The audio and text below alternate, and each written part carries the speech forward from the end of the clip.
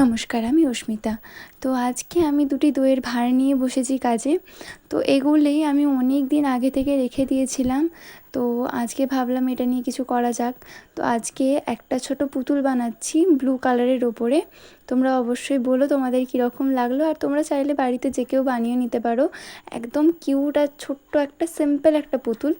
তো প্রথমে একটা সাদা রঙ করে নিয়ে তারপরে আমি হালকা একটু স্কেচ মতো করে নিচ্ছি, যাতে আমার একটু আঁকতে সুবিধা হয় ওখানটা। তো তারপরে আমি এর উপরে বেস কালারটা করা শুরু করলাম। তো এখানে আমি যেই বেস কালারটা করা শুরু করেছিলাম তারপরেই কারেন্টটা গেল চলে। তো যার কারণে আমি ভিডিওটা ওখানে করতে পারিনি। যেহেতু আমি রঙটা মিক্স করে ফেলেছিলাম, তার জন্য আমাকে রঙটা করে নিতেই হয়েছিল, নাহলে রঙটা একদম নষ্ট হয়ে যেত, যেহেতু ফেব্রিক কালার একেবারে শুকনো হয়ে যেত তার জন্য। তো এরপরে যে মাথার পোর্শনটা ছিল ওখানে আমি চোখগুলোর আশেপাশে একটু প্রথমে হোয়াইট কালার করে মাঝখানের মণিটা করে নিয়ে তারপরে বেস কালারটা করা শুরু করেছিলাম। তো নিচটা যেরকম ডার্ক থেকে লাইট করেছিলাম, ওপরটা একটা কালারের উপরেই রেখেছিলাম, একটু হালকা স্কাই ব্লুর ওপরে। তো রঙটা করার পরে একটু শুকনো হলে আমি এর ওপরে ব্ল্যাক কালার দিয়ে চোখের যে বর্ডারটা ছিল তার সাথে চোখ আর নাক আর মুখটা সমস্তটাই করে নিয়েছিলাম। আর মুখের যে মাঝখানের অংশটা ছিল সেখানে একটু হালকা পিঙ্ক কালার দিয়ে নিয়েছিলাম, যাতে একটু দেখতে ভালো লাগে। আর মাথাটা বড্ড ফাঁকা ফাঁকা লাগছিল, তার জন্য আমি মাথাতে বেশি না, একদম অল্প একটা ডিজাইন করেছি।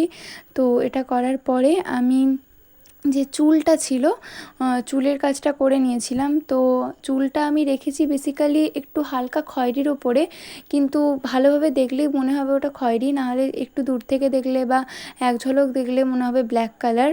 তো যাই হোক, কালারটা করে নেওয়ার পরে আমি নিচের পোর্শনটা ভাবছিলাম যে কি করা যায়। অনেক ভাবনা চিন্তা করার পরে আমি একদম সিম্পল একটা কাজ রেখেছি।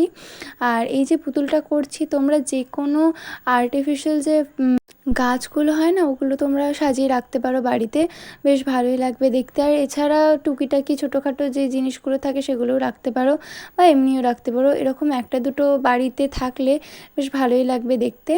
তো যাই হোক, তারপরে আমি এতে পিঙ্ক কালারটা অ্যাপ্লাই করেছিলাম। তো এখানে আমি বেসিক্যালি তিনটে শেড ইউজ করেছি, একদম লাইট একটা, তারপরেরটা একটু মিডিয়াম, আর লাস্টেরটা একদম একটা ডার্ক পিঙ্ক।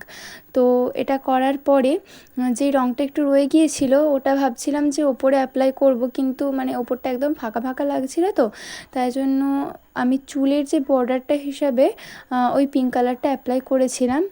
আর এরপরে যে মাঝখানের পোর্শনটা ছিল, যেটা সাদা রঙটা আমি রেখে দিয়েছিলাম ফাঁকা, তো এর ওপরে আমি গোল্ডেন কালার অ্যাপ্লাই করে তিনটে ছোটো ছোটো লাভ করে নিয়েছিলাম, আর একটা ছোট বর্ডার মতোও করে নিয়েছিলাম, যাতে একটু দেখতে ভালো লাগে।